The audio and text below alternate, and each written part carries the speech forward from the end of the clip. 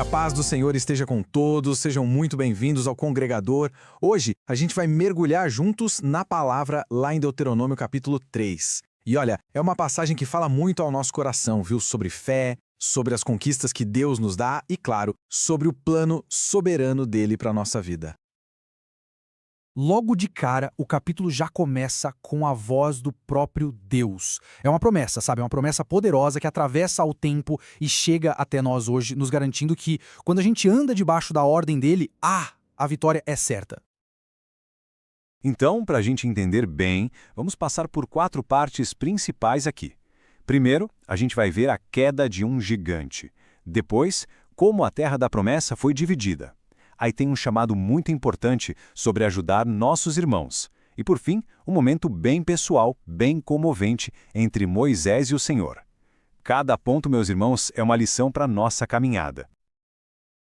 Vamos começar então com o primeiro grande ato de Deus que a gente vê aqui no capítulo, a conquista de Bazã. Essa vitória, meus irmãos, ela é uma demonstração clara de que não existe poder nesse mundo, nenhum mesmo que possa se levantar contra o Senhor dos Exércitos. Olha que interessante. Eles estavam ali, quase chegando na Terra Prometida, e aí aparece esse último grande desafio.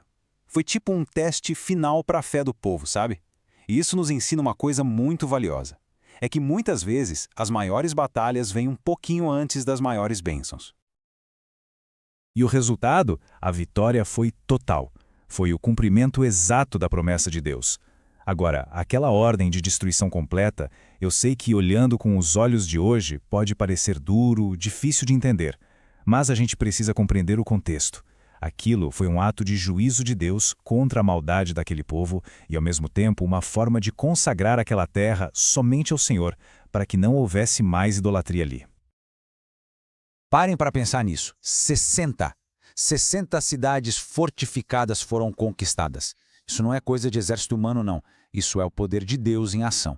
É um testemunho claro da grandeza do nosso Deus, que nos mostra que para ele não existe muralha alta demais. E tem mais um detalhe aqui que é muito profundo. O rei inimigo, o Og, não era um rei qualquer. A Bíblia diz que ele era o último dos refaíns, o último dos gigantes. A derrota dele é um símbolo, entende? É a vitória de Deus sobre as forças da rebelião, do orgulho, mostrando que não importa o quão grande e arrogante seja o poder, ele vai ter que se curvar diante do Senhor. A palavra é tão precisa que ela nos dá até um detalhe físico, quase arqueológico. A cama de Ogé. Uma cama de ferro enorme. Isso serve para mostrar o tamanho do gigante, claro, mas o mais importante é que mostra a grandeza infinitamente maior do nosso Deus que derrubou esse gigante. A palavra de Deus é viva, é real, meus irmãos, e os feitos dele são tremendos. Pois bem, depois dessa vitória gloriosa, a gente começa a ver a fidelidade de Deus acontecendo na prática. Porque a conquista não era só por conquistar. Não. Era o começo do cumprimento da promessa de dar uma terra para o seu povo. Então, vamos ver agora como essa bênção foi distribuída. Olha que coisa linda! A gente vê aqui a mão cuidadosa de Deus distribuindo a herança. Cada tribo recebe exatamente a sua porção, tudo de acordo com o plano dele. Isso nos mostra que Deus não só nos dá a vitória na batalha, ele também nos estabelece, nos coloca num lugar de descanso, de provisão. E essa terra ia desde o ribeiro do Arnon, lá no sul, até o Monte Hermon, no norte. A bênção de Deus se espalhou por toda aquela região. Nosso Deus não é um Deus de miséria, de mesquinharia, não. Ele dá com abundância. Ele cumpre suas promessas de um jeito grandioso, de um jeito que todo mundo pode ver.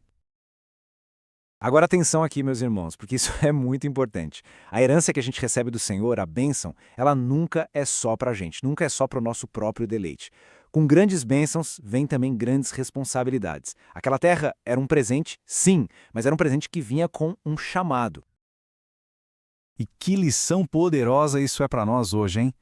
Ninguém que serve a Deus pode simplesmente se acomodar na sua bênção e esquecer que tem irmão ainda na batalha. A gente é um corpo só. A vitória de um tem que ser a vitória de todos. O chamado é para lutar junto, até que todo mundo possa entrar no descanso que Deus prometeu. E é nesse momento que a gente vê a sabedoria de Deus na transição da liderança. Moisés está passando o bastão, né? Passando para Josué, mas ele faz questão de lembrar a verdade mais importante de todas. O Senhor, o seu Deus, é quem vai lutar por vocês.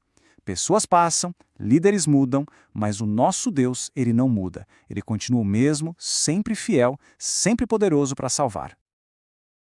Agora a história muda um pouco de tom. A gente sai daquele cenário de batalha, de conquista e entra num momento muito mais íntimo, mais pessoal. A gente vai entrar, por assim dizer, no coração de Moisés e ver uma conversa dele com o próprio Deus. Tenta imaginar a cena, irmãos. Depois de 40 anos no deserto, depois de enfrentar o faraó, de liderar o povo, o coração de Moisés, esse homem que foi um gigante da fé, tinha um último desejo. Ele só queria poder ver, com os próprios olhos, a terra pela qual ele dedicou a vida inteira. E a resposta de Deus, ela é soberana, é definitiva, basta. É uma palavra forte, né? E ela nos ensina algo profundo, que mesmo para os servos mais fiéis, as consequências de um erro do passado podem ser definitivas. É uma lição dura, eu sei, mas é uma lição necessária sobre como Deus é santo e justo. Mas veja a misericórdia de Deus. Mesmo dizendo não, ele não deixa Moisés sem nada. Ele permite que Moisés suba no monte e veja com seus olhos a promessa se cumprindo. A jornada de Moisés estava acabando, mas a missão dele, não. A última tarefa dele era fortalecer Josué, aquele que ia completar a obra. Que exemplo incrível de humildade e de serviço ao reino de Deus. E assim, irmãos, este capítulo nos deixa com essa verdade poderosa.